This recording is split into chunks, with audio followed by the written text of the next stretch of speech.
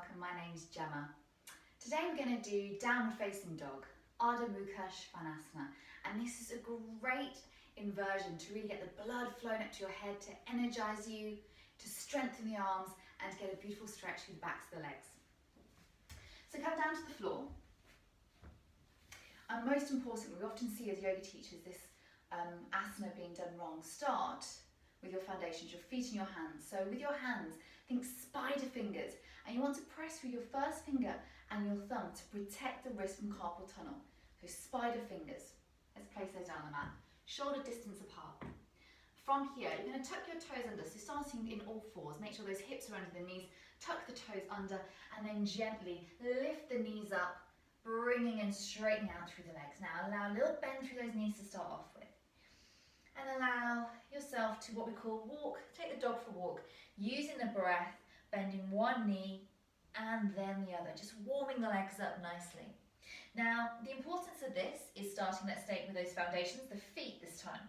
The feet should be hip distance apart, toes slightly in, heels slightly turned out. Now, we start to ground the heels down towards the floor, but if you find that you're rounding through the back, coming forwards, bend those knees nice and generously. The integrity should be in the spine.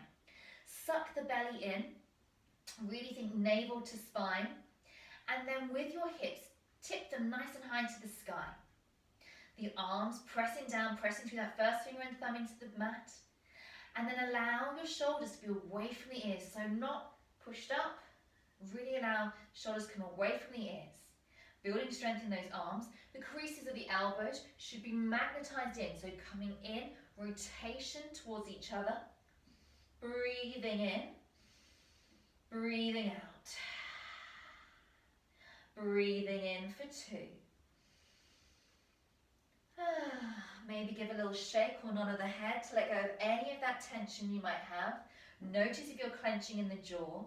Maybe as you use your breath, you can feel that you're starting to gain that strength in the legs, and you can start to ground them down a little bit more. Notice if you are doing this, take a look. We want that nice triangular shape. 50% weight in the hands and 50% weight in the feet.